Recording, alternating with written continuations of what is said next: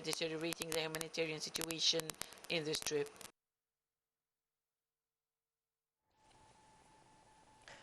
Right, welcome back. And to highlight the developments so far, we have with us over the phone Your Excellency Ambassador Sou'ad Shalaby, former Assistant Foreign Minister. Good afternoon to you, Your Excellency. Good afternoon. Right, we're speaking here about the delivery of aid Egypt is carrying on with to the Gaza Strip and to the enclave, and the role of Egypt in delivering such such aid, and definitely, of course, in receiving the Palestinian injured, plus the foreigners and the dual nationalities.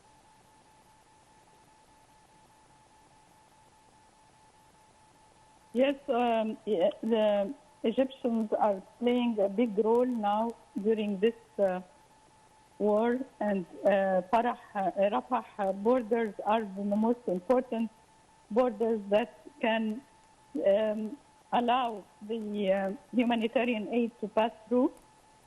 So, as you see, the Egyptian Red Crescent have declared today that the 10th shipment has been passing through, 102 trucks.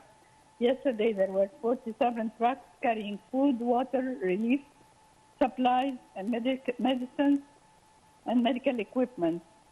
Usually, this border used to pass 500 trucks daily, but now, since the beginning of the delivery, they have not been able to deliver except 329 trucks, and this is very short of what is needed, because there is a lot of shortage in the supplies.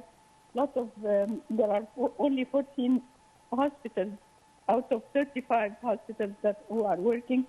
The rest of them have been bombarded. 51 primary health care units have been out of service. These are out of 72.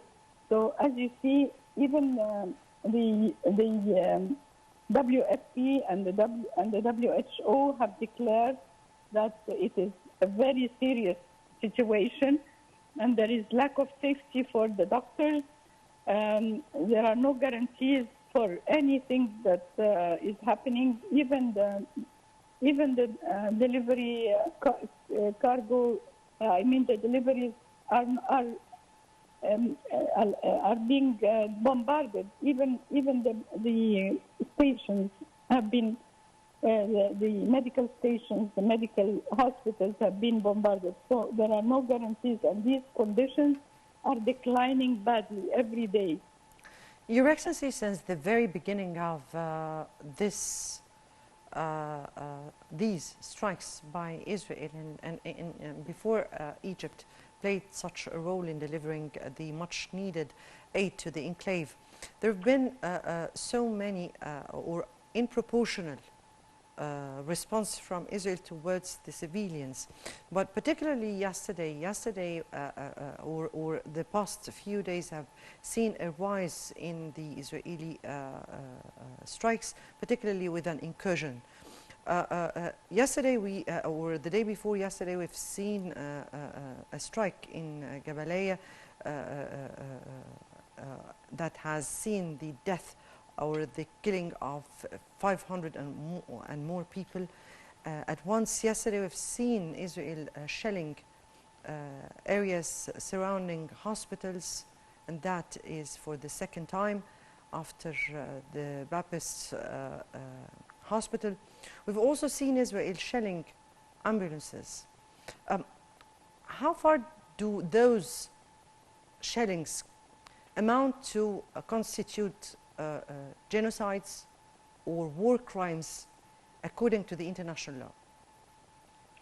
Of course, this is genocide, this is ethnic cleansing, this is everything that you can call, because it is against the international humanitarian law. Everything that is happening to the hospitals, and they are declaring that it has military people hiding. There was a Norwegian doctor who came out and said he had been there for 16 years in the Shifa hospital, and he has never seen a military person. he has seen only civilians during the 16 years, and he said even if there were military, they would have been caught by the intelligence sources. So it is a very dramatic situation. It is impossible that we, in the year 2023, that we see another Nakba, another in the highest proportion of civilians dying every day. It is ethnic cleansing by all means, and nobody is talking about the roots of the problem. Nobody is talking about a comprehensive peace. Nobody is talking about the human rights of the Palestinians. And what I'm sure of is that the safety and the security of Israel is not going to happen after this bombarding of Gaza, after getting rid of all the population in Gaza. How are they going to get peace and security? I'm wondering. Right. Another important issue, a report that was leaked by the Mossad or the Israeli intelligence service or ministry, and definitely the comments by our foreign minister Sameh Shoukry about such a leaked document speaking about the relocation or the displacement of Gazans into Sinai. And how do you find such a leaked document, and at the same time the response of our foreign minister and the response of the Egyptian state? Of course, it is very blunt, and our president have declared more than once that it is impossible to liquidate the Palestinian cause and to ask the Palestinians to leave and live somewhere else. Even Palestinians, they don't want to leave their own homes. It will be another Nakba like 1948, like 1967. So they themselves, they don't want to leave. And the leakage of this document is trying to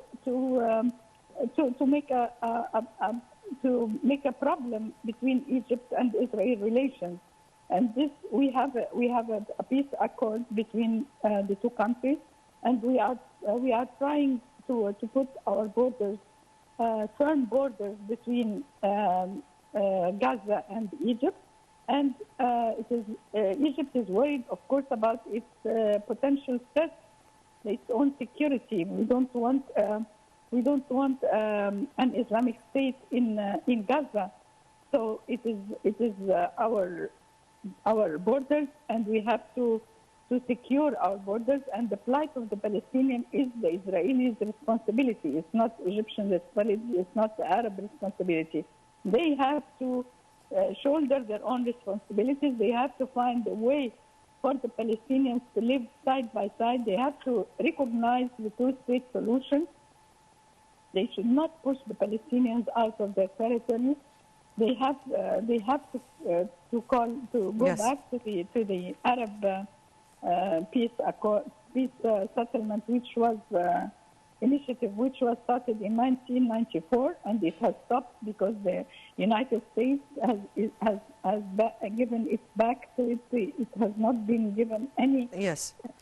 Yes, indeed. Ambassador Sou'ad Shalaby, former Assistant Foreign Minister, thank you so much for being with us and for your input here. And definitely, the war in Gaza has exposed the international world bodies and its inabilities to find a permanent solution for such a human catastrophe and crisis. Also, much of pressures are being put particularly on Egypt, and that would be discussed in other episodes. We'll have a very short break and we'll come back. القوات الإسرائيلية تواصل مطاردة مئات الدخان الأسود الكثيف